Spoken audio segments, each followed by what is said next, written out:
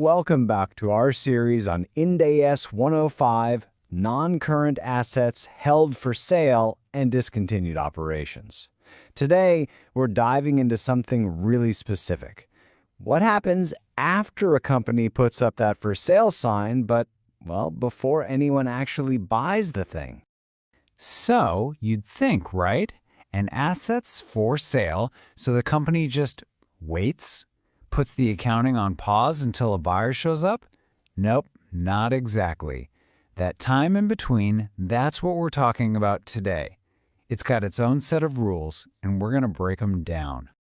Okay, to make this all make sense, let's follow the journey of a single asset. We'll use a building. Picture this. A company has done all the paperwork, checked all the boxes, and this building is now officially classified as held for sale.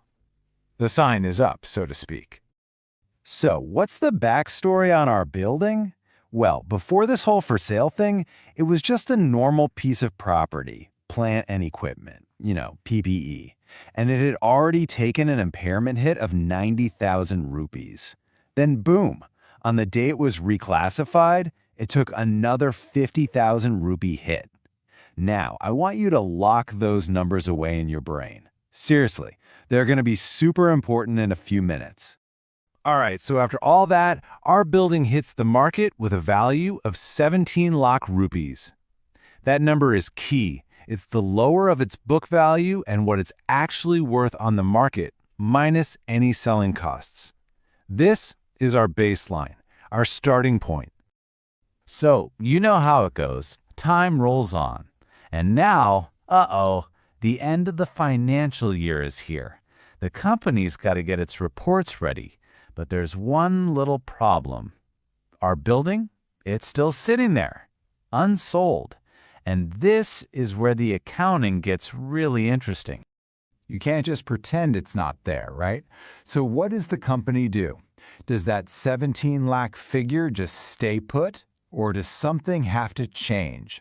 That's the big question we're tackling today, and the answer has a fancy name: subsequent measurement. So what is subsequent measurement? Think of it like this. It's a required financial checkup.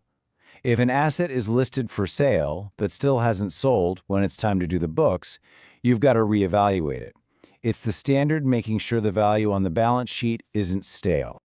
And this whole checkup process has two crystal clear rules. Rule number one, the second that for sale sign goes up, you stop depreciating the asset. Makes sense, right? You're not using it anymore, you're selling it. Rule number two, you have to remeasure its value at that reporting date. So let's see what that looks like in action. All right, let's imagine our first scenario. The property market has gone a little soft. It happens. So by the time we get to the reporting date, our building isn't worth as much as it was. The math on this is pretty simple. It started at 17 lakh. The new checkup says it's now only worth 16 lakh. That 100,000 rupee drop, that's what we call an impairment loss.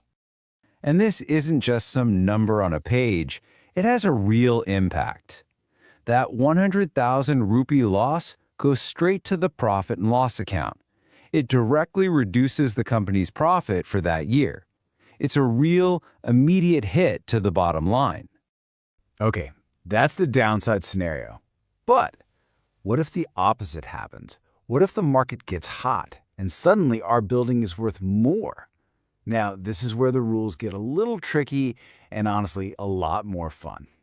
Let's say in this new scenario, the building's value shoots up to 19 lakh rupees. That's a 2 lakh jump from where we started at 17 lakh. Awesome news for the company, you'd think. So common sense says you just book a 2 lakh gain and call it a day, right? Boost those profits. But not so fast. This is accounting, and there's always a catch. There's a rule here designed to keep things conservative, and honestly, understanding this rule is a huge part of mastering Ind AS 105. This brings us to what I like to call the all-important reversal rule. It's a super critical part of Ind AS 105. Basically, it's there to stop companies from getting ahead of themselves and booking big, speculative profits on stuff they haven't even sold. And here's the rule itself, pretty much straight from the standard. It says, sure, you can recognize a gain, but there's a limit. There's a ceiling. And that ceiling is the total of all the impairment losses that asset has ever had in its life, both before and after it was put up for sale. Okay, let's bring it back to our building. Remember those numbers I told you to remember? We had that 90,000 rupee hit when it was just PPE, and then another 50,000 when we classified it for sale. You add those two up and you get 1,40,000 rupees. That is our ceiling. That's the absolute maximum gain we can book. So what does that actually mean? The building's value went up by 2 lakh, right? But the company can only recognize a gain of 1,40,000. Why? Because you're only allowed to reverse past losses. You can't just create new profit from an unsold asset. That extra 60,000? Poof. It just doesn't get recognized on the books. Now, I know this might sound like some textbook theory, but I promise you, this is how it works in the real world. Let's take a look at a real company, Hindalco Industries. They're a huge deal in the aluminum and copper space. And if you dig into their annual report, their official financial statements, you'll find this exact language. It's almost a direct quote from the standard we've been talking about. This just proves it, you know? This isn't just for exams. It's what big, publicly traded companies actually do. Okay, let's wrap this up with the key things to remember. The story after the for sale sign. Number 1, depreciation stops dead in its tracks.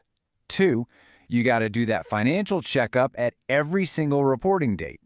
3, if the value drops, that loss goes straight to your P&L. And 4, the big one, if the value goes up, you can only recognize a gain up to the amount of past losses. That's the ceiling. The whole idea here is about being conservative, right? It's to stop companies from getting too optimistic and overstating their profits. But it does leave you with a question, doesn't it? By capping the gains, does this rule, maybe, hide the true current economic reality of an asset? Just something to chew on. Thanks for joining me for this one.